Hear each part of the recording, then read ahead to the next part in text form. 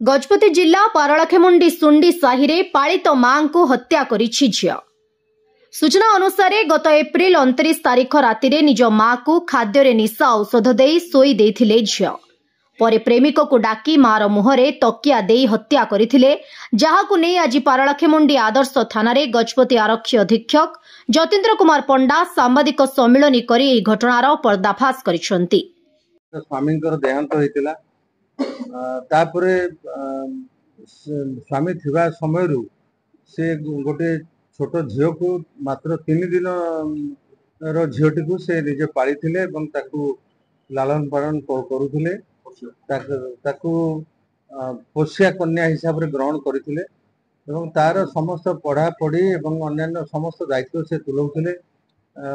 जमती जड़े माँ जड़े झीर दायित्व निए से भाया नहीं।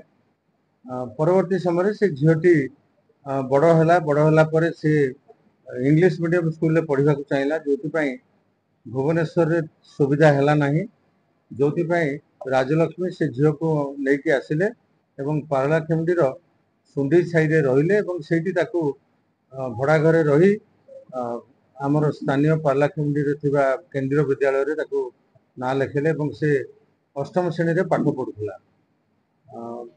गजपति टिकिली मां रिपोर्ट, ओडिशा हाइलाइट समाचार।